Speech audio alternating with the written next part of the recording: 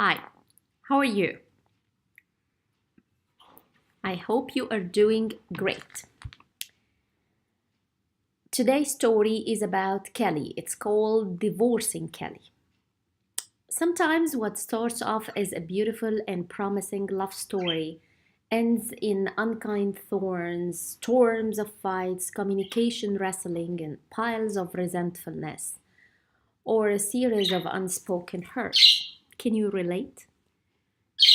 We all can relate to this. I mean, Kelly's story is not the first, and sadly, it's not going to be the last. We all go through a personal transformation and development journey during our life. Please meet my birds.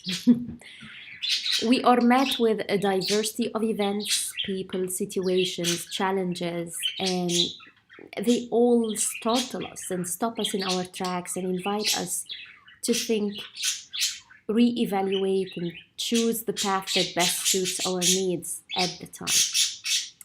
We're also created with a set of values that sometimes we are oblivious to until such values get violated and make us furious.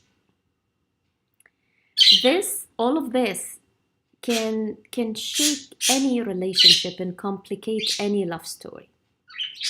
Most of the time, it isn't the other person's fault that the love story that once was turned into a sad or a bad song. It's the fact that both parties went on to their own journeys of transformation and development, and the two journeys just opened up to two parting paths. Is there maybe an ideal age or phase in life where two individuals can meet so that this won't happen? Maybe before they take off on the journeys, maybe after they arrive from the journeys. There is no one-size-fits-all answer to this question.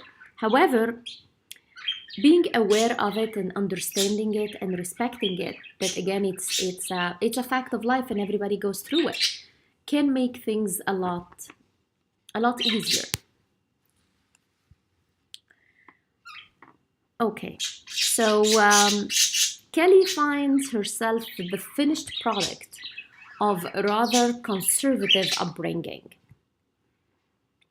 devoid of unconditional love or acceptance. In order to be loved or accepted, she had to have done something.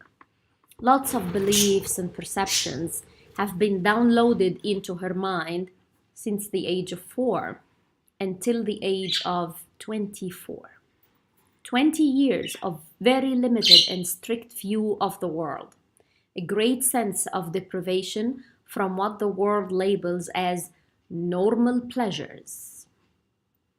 And there are a lot of people who are brought up in a very strict or religious backgrounds that actually go through that. And if you're not one of them, you'll be amazed at the things that are forbidden, especially for women, unfortunately. So, what does a constant sense of deprivation give rise to inside a person's heart? The answer is the big roots of resentfulness and separation. Kelly was taken out of her environment and thrown into an unfamiliar land. How did this happen? Well, she emigrated. She left the place where she had been brought up, and she went with her beloved partner and husband to a whole new world where those restrictions and beliefs and the things that she grew up believing that they were the right things are no more in place. Kelly opens her eyes to a new world where all her beliefs and perceptions are put to question. While the intention may have been good, or the lessons, beliefs, and perceptions fail the test miserably. Realizing this, Kelly is faced by two choices: either to adapt or to stay stubborn and return back to the land of familiar, even though she now knows that it's nothing but a land of control, that instills wrong and extreme beliefs just to strengthen the grip of the control on its inhabitants. And again, you can find this um, in all beliefs.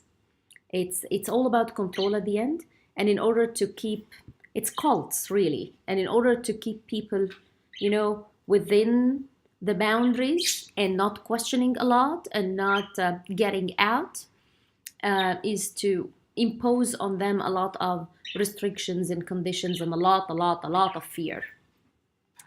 So Kelly decides to adapt. Since I now know that those beliefs and perceptions are not really correct or right or do not even make sense, then I will adapt. Now, this is very tough for anyone to go through, to open your eyes on the fact that that what you have been led to believe all your life for 20 years is actually untrue. It's a moment of true identity crisis. Your faith is shaking, you lose trust in everything and everyone, your head isn't held high, instead there is a lot of shame encircling you. Again, can you relate? Do you know anybody who's going through this? Kelly goes through a lot of what she calls cleansing. Despite all her efforts and determination, sometimes her strength just fades away. She can't seem to eradicate the stubborn, big, deep roots of resentfulness and separation. But Kelly keeps pushing on. Kelly studies and works in a profession that is typically frowned upon by the conservative viewpoints that raised her. Now, one may ask, what kind of a profession is frowned upon by conservative viewpoints? Well, again, if you're not aware of this, but you will be amazed that there are a lot of teachings, religious teachings that prohibit music, for example. Of course, dancing. I'm not talking about that she's become a prostitute. No. But if she's become a music teacher, this is frowned upon. If she's become a dance teacher, it's frowned upon.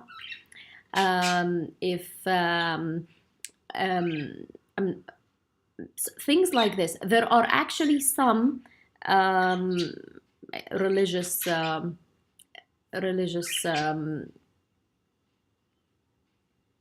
teachings that allow some music, but other music no. And certain audience, but other audience no. So there are a lot of variations there. So anyways, Kelly works as a music teacher, and again, this is frowned upon big time by what she was led to believe growing up. So every morning, even though she does not realize it, Kelly battles with her image in the mirror. It feels as if she's living someone else's life. Nights of endless crying, long sessions of therapy, a stack of books about so many people in the world from various backgrounds of beliefs, Amish, Jewish, Muslim, Catholic, all discussed more or less the same story, with the cult concept, the restriction, the control, the violation of really human rights, mostly women, under the name of something bigger and supposedly more noble. Nothing seems to hold the right fix. Nothing seems to remedy the damage once and for all. It's all about stories of people who have gone through the same thing, are suffering the same kind of suffering, but there is no real answer. Okay, so now what? Kelly has 3 kids.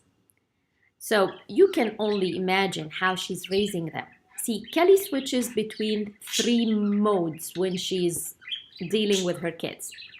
Either controlling, restrictive, and unaccepting, because this is what she's been trained to do for many years since she was 4. This is how she was raised. So controlling, restrictive, and unaccepting. The other mode, because she knows that this is not the right way, but again, it's her default setting. The other mode is permissive, easygoing, measureless, because she does not want to hurt her kids the way she has been hurt or mislead them. In this mode, Kelly is totally fake though. She is more careless than allowing. She feels she has nothing real to offer, nothing to teach. She's not trained in this area. She doesn't know what to do. Or the third mode is completely absent, silent, uninvolved, knowing that she really has no foundation that she believes that she can act from. So it's, for Kelly, it's very very bad. It's a miserable life, really. Now let's look from Kelly's husband's viewpoint. Now Kelly's husband has not been through this, and because a lot of the things that Kelly is suffering from are on a subconscious level, she doesn't even realize all of it. How can she even discuss this with her partner? So if she doesn't know this about herself, or what, or the actual scope of what she's going through, how can she talk about this with her husband? And besides, again, usually this type of strict upbringing does not allow a person or permit a person to express their viewpoints or their feelings, or it's all because it will allow people to think, and in these particular settings, thinking is bad. So can you imagine what Kelly's husband and kids are going through? Miserable life all over. There is no pleasing to Kelly if you ask her husband. There is no consistency with Kelly. There is no logic with Kelly. It's very unfortunate, and it's a very true story. Around us, there are so many Kellys and so many Kelly's husbands and so many confused and miserable Kelly's kids. Do you think that raising awareness, maybe at the very least, can elicit some compassion towards Kelly? I think so, and this is why I'm sharing this story. Now, will this can help Kelly's husband and kids to be less miserable? I honestly don't know, but it will make them more understanding. They still do need stability, love, less confusion, and if possible, more harmonious interactions as much as they can. The thing is, both sides are depleted. Kelly is depleted, Kelly's husband and kids are depleted. So how can Kelly be saved? Because if you think about it, Kelly's husband and kids can be saved easier than Kelly, okay? And unfortunately, the only answer here is to divorce Kelly, hence divorcing Kelly, the title. Okay, so I'm gonna divorce Kelly, take the kids, raise them, end of story. But how can Kelly be saved? The conservative upbringing has been what Kelly was taught as her relationship with God. And there are some Kellys who choose to abandon the idea of God altogether.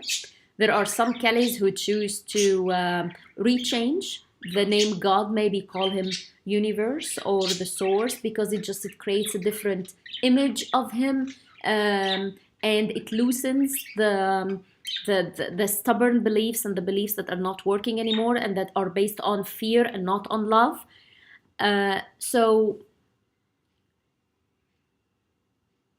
Kelly cannot take God out of her life and out of her dictionary. Again, she may call him source or the universe, just so she can start a new relationship with him, and that's perfect.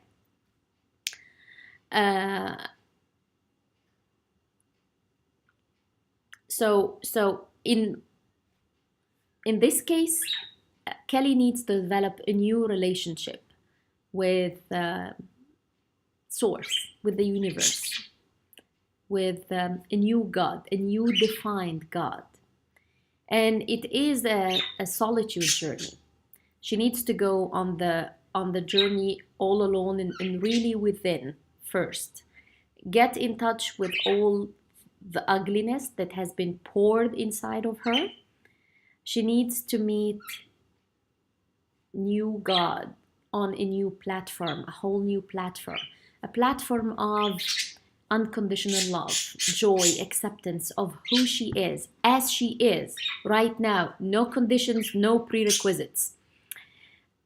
I once read in a book that I can't remember its title. There was an experiment done between a teacher and his students. I think maybe the book was,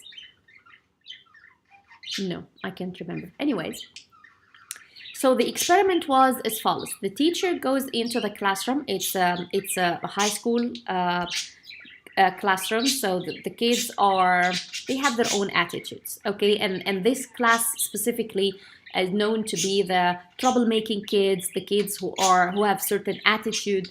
So anyways, so the teacher walks in at the beginning of the year, and as he starts to teach his class, he starts to notice all the attitudes and all the behaviors and all the things that the principal and the other teachers told him about.